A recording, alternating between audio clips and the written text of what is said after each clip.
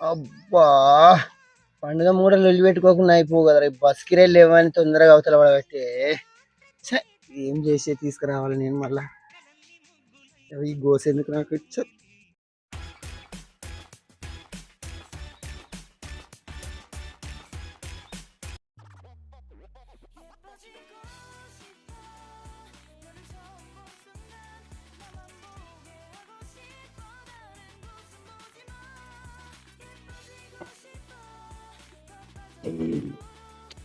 ఇక గిన్నెలు అంటే ఓనే అయిపోయినాయి.